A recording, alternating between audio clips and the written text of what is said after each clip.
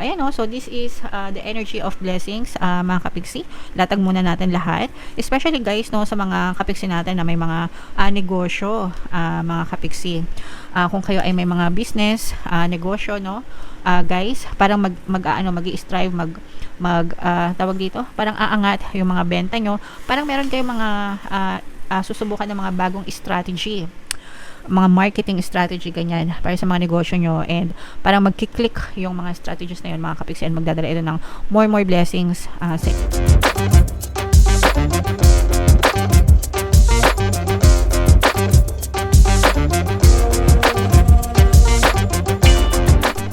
Hello guys, hello Scorpio, welcome back to Pinoy Pixie Tarot. Ang pamagat ng episode natin for tonight is Money Money Come to Me. Ito yung ating money reading guys para sa Scorpio para ngayong July, Sun, Moon, Rising Sign, and Venus. So unahin natin tong deck na to guys. Ito yung mga money manifesting techniques para sa inyo, mga kapiksi. So close up natin guys. So meron tayong indulge, buy yourself a treat each week, even if it's very modest. Enjoy it as though it were the greatest gift you have ever received. The universe will then provide many more gifts for you to enjoy. So, ito mga kapiksi, no, ibig sabihin nito, give yourself first. Give to yourself first, no? Wag niyong i-deprive yung sarili nyo, mga kapiksi.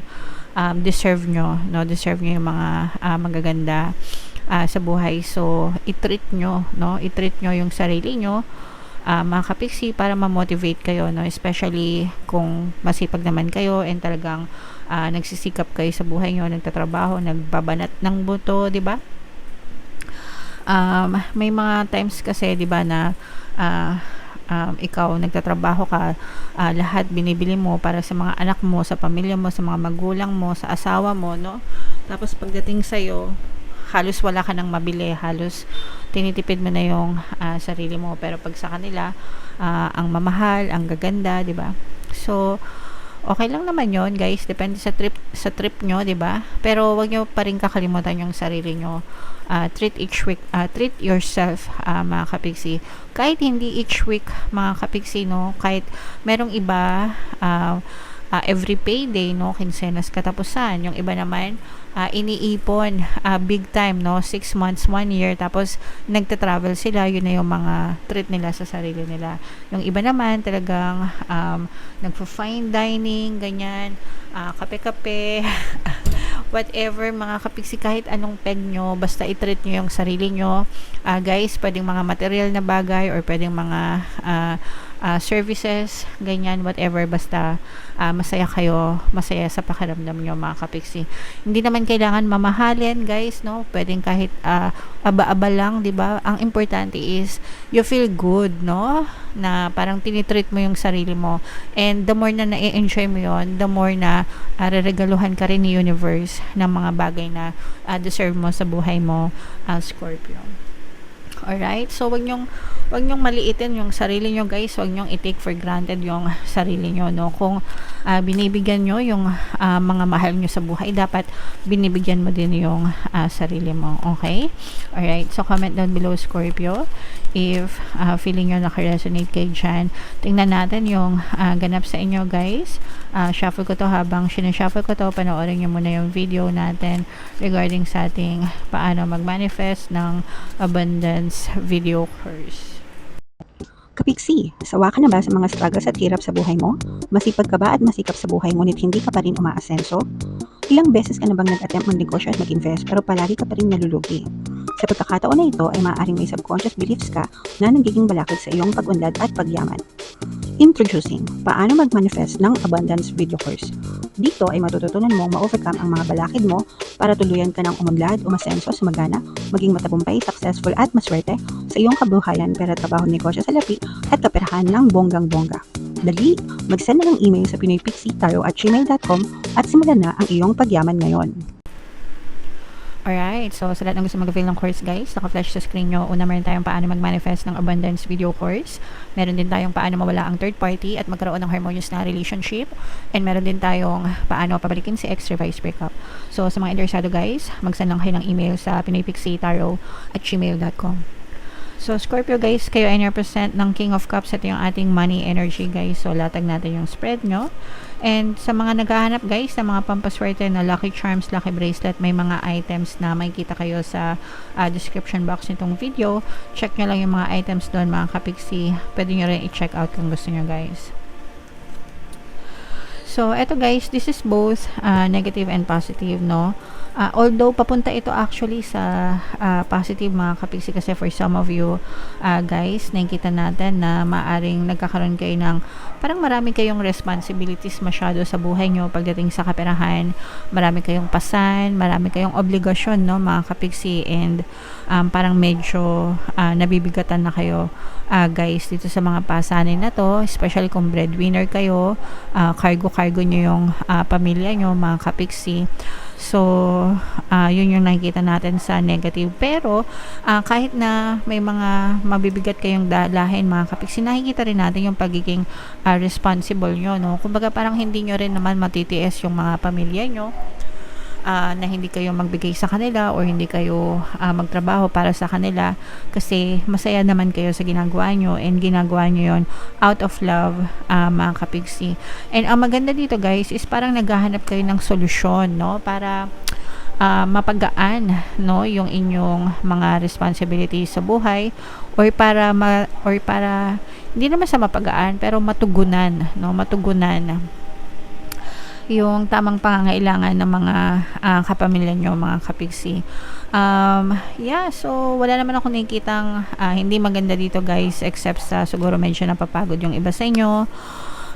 Pero mahal mo no? I mean, mahal mo yung pamilya mo kaya ginagawa mo yung mga sacrifices na yan para sa kanila. So, kung masaya ka dyan and kung napapagod ka, pwede ka naman humingi ng tulong sa kanila, diba? Explain nyo sa kanila na medyo napapagod na ako, medyo nabibigatan na ako, baka pwede nyo akong tulungan. So, yung mga ganun, nasa maayos na pag-uusap lang yan, mga kapiksi, okay? Alright, and then for some of you guys, may mga mamamanifest kayo na good news, no? Ito yung mga good news na paparating sa inyo, mga kapiksi, mga balita, ito, good news, good information, especially kung meron kayong mga pending na mga application, mga kapiksi. So, may mga pending kayo na application, may mga nilalakad kayo. So, kung may nilalakad kayong trabaho, pwede kayo makatanggap ng update kung ano yung status ng mga application nyo. Kung meron kayong mga nilalakad na kliyente, let's say, for example, nasa sales kayo, ganyan, or nasa freelancing kayo, project-based, commission-based, ganyan. So, kung may mga nilalakad or nililigawan kayo ng kliyente, mga kapiksi, pwede kayo magkaroon ng magandang negotiation, agreement, ganyan, and maaari kayo magkapirmahan ng mga kontrata, mga kapiksi, okay? So, parang may mga makuklose kayo na deals, guys. So, medyo ayusin nyo na lang.